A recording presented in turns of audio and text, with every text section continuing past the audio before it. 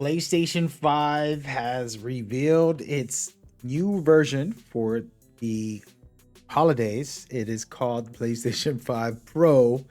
Yes, you heard that right. And you're looking at the official prices for this for all the different regions in the US where I'm from. It's going to be $700.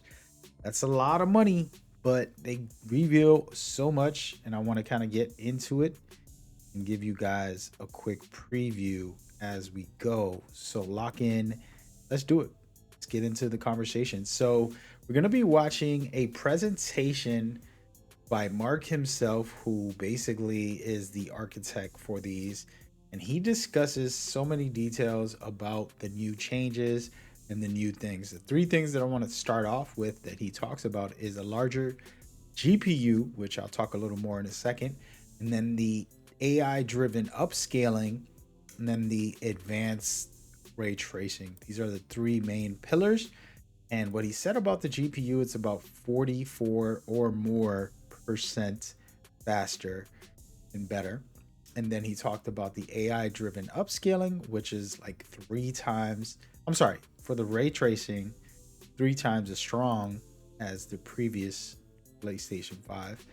And then, of course, the AI driven upscaling, which is also enhancing the gameplay tremendously. There's a lot of little details that we're going to get into. I could just say right off the bat, just from some of the visuals that we see, and then also the things that they talked about, enhancements are definitely significant. This is kind of like the in between before the PlayStation 6 comes out.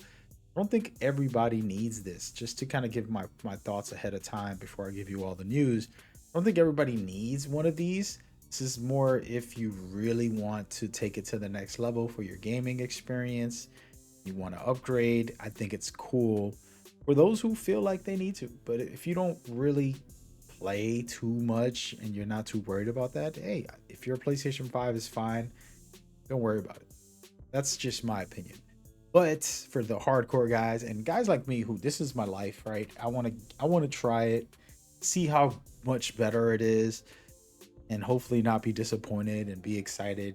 It's very cool. One of the main pillars that he talked about before I get into the facts for you guys is that enhancing these games that already exist, you can tell like endless amounts of details that you can put it on fidelity mode now when on the PlayStation 5 Pro.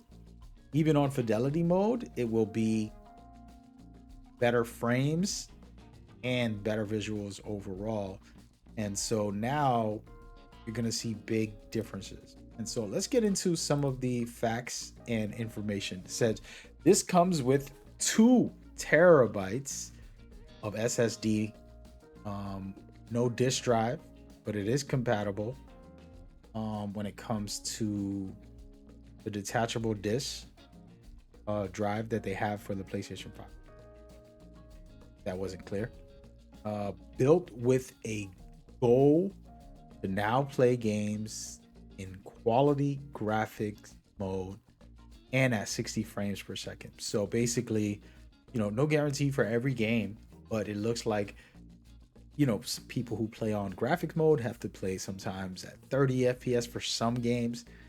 And sometimes you want to bump it up to 120 frames per second on performance mode, but you don't want the quality to drop. They're basically saying you're going to be able to do some of these things depending on the game, of course. It honestly goes by the game company, in my opinion. That's just my take. And then it talked about the upgraded for the GPU. It said 67% more compute units than the PlayStation 5, right? 28% faster memory, and then 45% faster rendering, which is crazy. That's a lot. For an in-betweener, this isn't like a new console. This is like, hey, we have a new edition that's going to enhance your gameplay if you want to buy this. I think that is impressive on its own. Then they talk about the enhanced RT. Basically, ray tracing is a big deal. 1 to 3 times faster than the ray casting. And then it also provides better reflections and lighting. Okay, so you're going to see more, do more, be more. feel more in the game. I love it. And then they talk about the AI upscaling, which is short for PSSR, PlayStation Spectral Super Resolution, using machine learning to provide super sharp image clarity. So I'm curious how that's going to work. We all know AI and the way the world has been feeling about AI, but the PS5 game boost. This is interesting, okay? Can automatically stabilize or improve your performance of a 8500 background compatible PlayStation 5 games.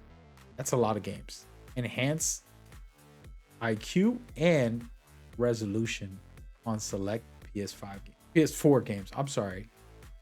So there's a lot of compatibility to boost older games, which is very cool in my opinion. That's like a W um, to do that, make it happen. PlayStation 4 games were phenomenal, and I think PlayStation 5 as well had some quality stuff. Then they talk about the enhancements for the PlayStation 5 game that already came out. Now, when you play it on the 4, I mean, on the Pro, like Alan Wake, Assassin's Creed Shadows, Demon Souls, Dragon's Dogma 2, Final Fantasy 7 Rebirth, Gran Turismo 7, Horizon Forbidden West, Marvel's Spider-Man 2, Ratchet and Clank, Drift Apart, First Descendant, The Last of Us Part 2 Remastered, and more. And so these are some of the main details that I actually am so excited for. And Mark gets into kind of the technical stuff. If you're into even more nerdy stuff, I'm just giving y'all the hype train of what I'm feeling, what I'm thinking, and the main points that they shared. As somebody who owns a PlayStation 5 and actually said I wanted a second PlayStation 5, and it's funny because this is a good excuse to get PlayStation 5 Pro and say, hey, we're going down. And they also talked about like the wireless technology. For example, the Wi-Fi 7 in territories that's a standard, you can use that. And then 8K gaming where it's supported, depending on the game. Whoever makes a game gets to make that as little things like this. That's like, hey man, that's actually very interesting. It's launching in November. We're not that far off, man. I always kind of feel like I'm missing out and like forget that the date's so close. I mean, we're literally 3 months away. We're in September. As a matter of fact, we're 2 months away. 2 months away from this release. So they literally didn't even wait. They just said, hey, we got you. And I'm okay with that.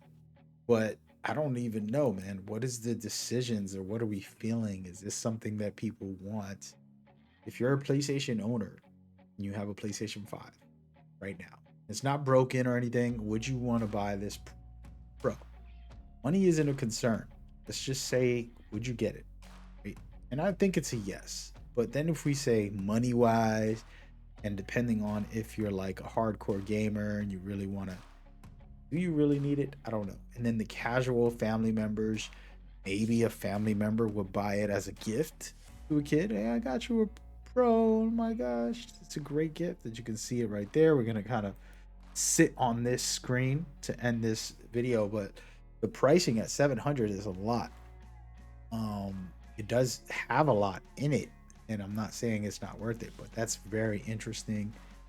And I'm curious what everybody thinks or feels. I might end up getting one and doing my own little review on the channel. How do you guys feel about this as far as the casual experience? Somebody who just plays and doesn't really have like a hardcore gaming life, not their job. Let me know what y'all think in the comments.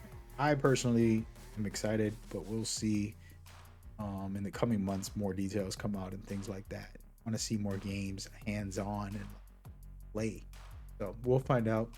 I do have a bunch of videos for in the coming future and that are out right now The Metal Gear news just came out today as well, so I put up a video about that. Go check that out. I'm excited. It's one of my favorite series, and I do have giveaways. I forgot to mention that, and more on each channel because I got partnered with all of them. So I'm excited to share that with you guys. So lock in for that.